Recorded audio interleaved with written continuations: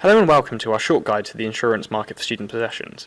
The insurance firm will know about general trends about student behaviour from its existing consumer base, and they will then learn information from the student when the student applies for cover. Adverse selection is closely linked to Akerlof's Market for Lemons, where he argues the asymmetry of information between a seller and a consumer leads to market failure.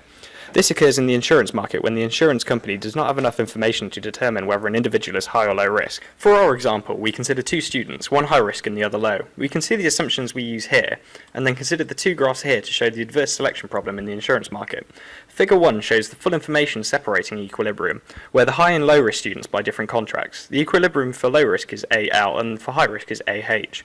Due to the information asymmetry, high risk students will choose the contract for low risk students, as it would benefit their utility. This means the insurer will not offer the low-risk contract. The insurer will therefore only offer a pooling contract bought by high and low-risk students, as is seen on the right. This shows a scenario where the best contract for the low-risk student is A and the best contract for the high-risk student is B.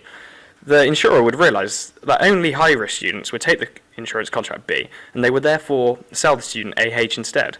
However, as high-risk students would prefer A to AH, they would instead pretend to be low-risk. If this is the case, all students will buy the insurance contract at A. This may look like an equilibrium, but in a competitive market, a contract would be offered in the red section below it. This could not be purchased by high-risk students, as it is below their indifference curve, and would only be bought by low-risk students. In conclusion, a pooling contract could not lead to an equilibrium in a competitive scenario. The ultimate effect of this is that the insurance company have to assume everyone is high risk. They therefore charge a relatively high premium in comparison to if they knew the exact risk characteristic of each customer, and this deters low risk individuals from taking out insurance, and it is relatively expensive.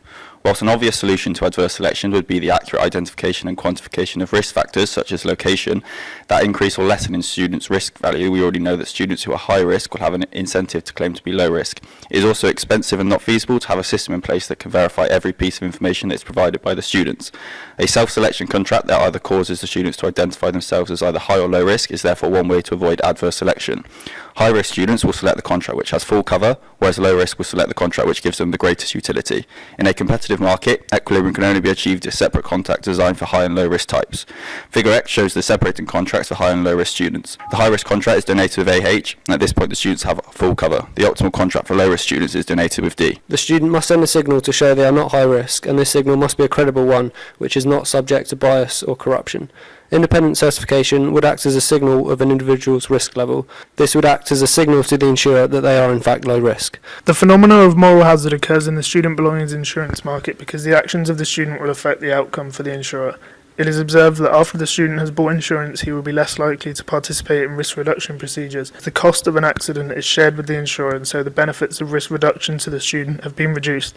The change in behaviour of the student cannot be observed and is the moral hazard of the student. The output can be because of high or low effort. The principal maximisation in the principal agent for insurance is shown. For the student to participate, the expected utility must be greater than the reservation utility gained from no insurance.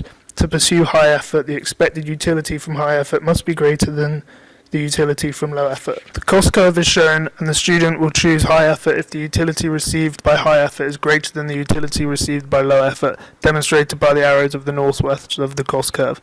This is the incentive compatibility constraint. By plotting the indifference curve of the student, we can see the participation constraint and solve graphically, saying that students will participate in insurance and put in high effort if their utility is plotted to the right of the indifference curve and to the left of the cost curve. The insurer can use the terms of the contract to influence the behaviour of the insured party after they have taken out the insurance. This will help to reduce the possibility and effects of moral hazard in the market for student possessions insurance. The insurer could add a clause such as an excess or a maximum value limit.